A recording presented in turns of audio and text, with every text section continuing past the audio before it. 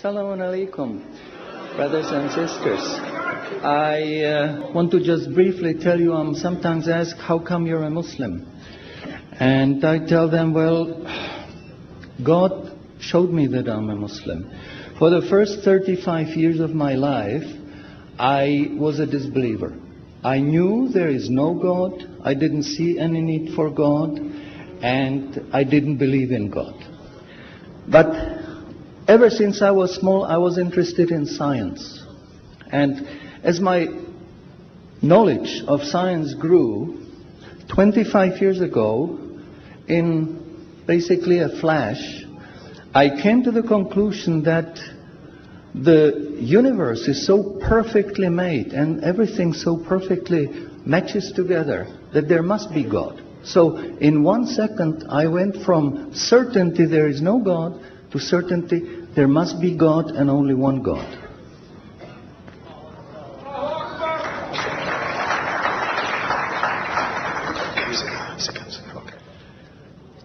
So I accepted there is God. I said, Ashhadu alla ilaha illallah. But I was not looking for a religion. I thought all religions are wrong. Christians say this is one.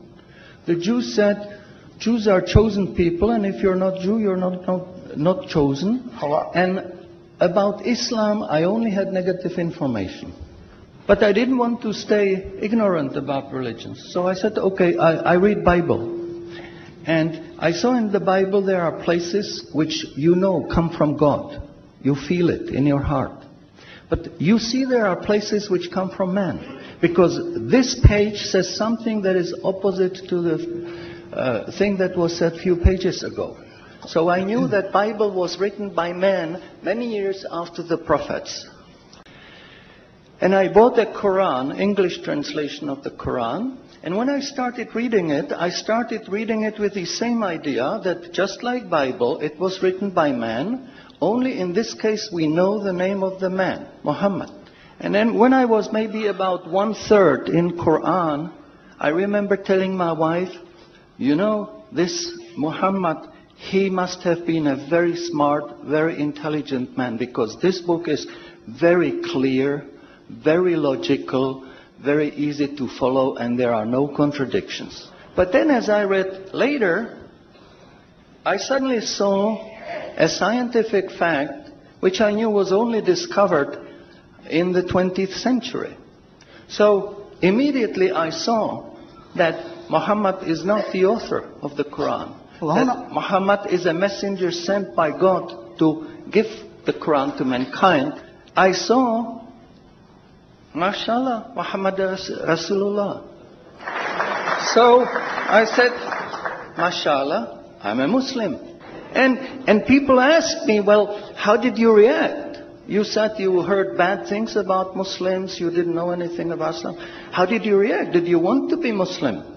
And I said, I had no choice.